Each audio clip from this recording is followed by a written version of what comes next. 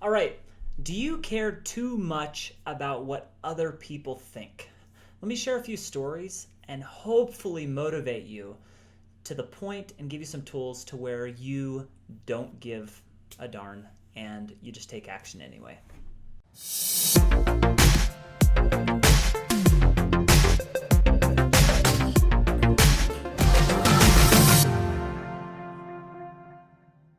All right, hello, Dale Majors here, and welcome to another video. Today, I want to talk about taking action and not worrying about what other people think about you and looking stupid, okay? Not worrying about looking stupid.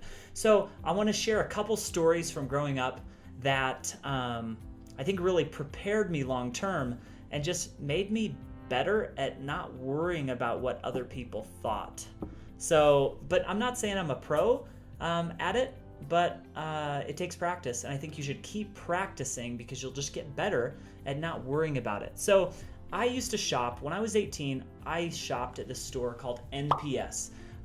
It was a salvage freight discount store. I'd go and buy things and sell them on eBay for more money. That's what I started doing to start my company Bike Wagon that we grew to $10 million in revenue, right? And that was the start of it. So every day, everyone would go out to this big building, pretty interesting crowd of people, and we would just wait in front of this big roll-up door. Okay, wait in front of the door, and I wanted to win. I wanted to get there early so I could get the new stuff. I showed up as early as an hour before it opened, and I would just wait there in front of the door. Okay, the door would roll up, and I was 100 pounds at the time. So the door would be rolling up. I would get down on my belly, roll under the door or scoot under the door, and then speed walk around so I could be the first one to the glass case so I could start calling out what I wanted. I want that, I want that, I want that. And a lot of people did not like my aggressiveness and assertiveness in getting after it. But I was able to get a lot more of the new things than other people because one, I showed up earlier so I was further ahead in line, and two, I was okay scooting under the door and kind of looking goofy, okay? That store was out by the airport in Salt Lake, and as kids, we would also go and ride to the airport. And we didn't have much money, especially, 14, 15-year-old.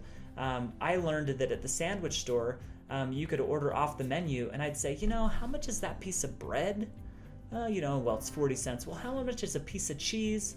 For 65 cents total, I would go and order a piece of bread and cheese at this sandwich shop at the airport all the time. I also had they had all-you-can-eat popcorn and these bins that were refillable that you could buy.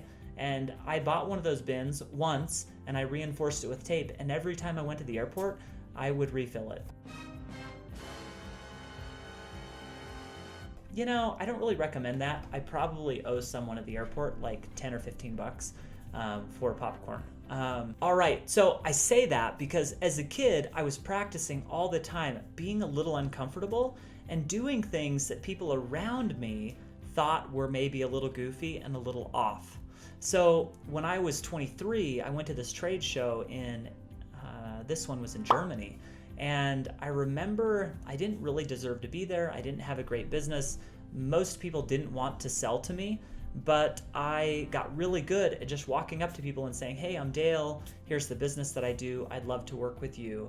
And mostly I was shut down most of the time, but some people said yes. And the specific instance I'm thinking about, because I used to just stand at the border. I was always pretty good at being shameless as a kid. I'd ask for free samples at the bagel store, free extra large samples. Like, I was good at that, but I still was really nervous as I went to these trade shows. But I just kind of like prepped myself, got pepped up, and then I'd go and approach them. And one time the guy said, yeah, sure, you know what? I think he appreciated that I was a young entrepreneur trying, and he had his national sales manager in the States take my call. And we made like $50,000 over the next year just from that single deal alone. So it really pays to get good at just going your way. When I hang out with people, other entrepreneurs, I have a few friends who are a lot better at this than me, and I'm always inspired by, they just do their own thing and they're not worried about what other people think. So the challenge to you is, don't be afraid to look bad. Don't be afraid to look goofy. Practice being assertive. Practice